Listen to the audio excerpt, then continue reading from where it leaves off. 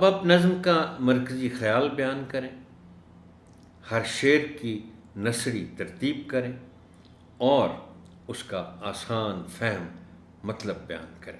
بہتر تفہیم کے لیے درج ذیل اہم نکات نوٹ کریں۔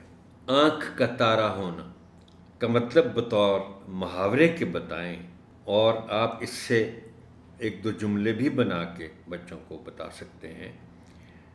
اس کا مطلب ہے بہت عزیز اور پیارا ہونا، جیسے کوئی ماں اپنے بچے کے بارے میں کہہ سکتی ہے کہ تم تو میری آنکھ کے تارے ہو۔ یا ایک اور سینس میں آپ کسی کے بارے میں طنزیہ انداز میں بات کرتے ہیں تو کہتے ہیں کہ اچھا وہ تو فلاں بندے کا آج کل اس کی آنکھ کا تارا بنا ہوا ہے، یعنی اس کو بہت عزیز ہے۔ ہر بت کدے کو ڈھایا کی تشریح کرتے ہوئے بچوں کو بتائیں کہ بت کدہ کیا ہوتا ہے، بت پرستی کیا ہوتی ہے، اور نبی آخر صلی اللہ علیہ وسلم نے اسے کیسے ختم کیا۔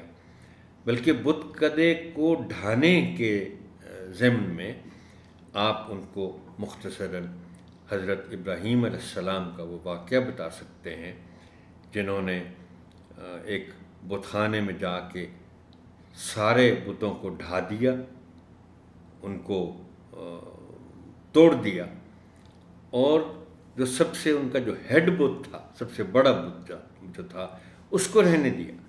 اور جب لوگوں کو پتہ چلا وہاں کفار کو کہ یہ حضرت ابراہیم علیہ السلام کا کام ہے، تو انہوں نے ان سے پوچھا کہ یہ آپ نے کیوں کیا؟ تو ان کا جواب تھا کہ یہ جو آپ کا خدا ہے، یہ جو سب سے بڑا بت آپ نے بٹھایا ہوا ہے، اس سے پوچھیں کہ یہ کس نے توڑے ہیں اور کیوں توڑے ہیں وغیرہ وغیرہ، لیکن کفار کے پاس اس سوال کا جواب نہیں تھا۔ تو یہ ایسے واقعات ہیں کہ بتوں کو توڑا گیا۔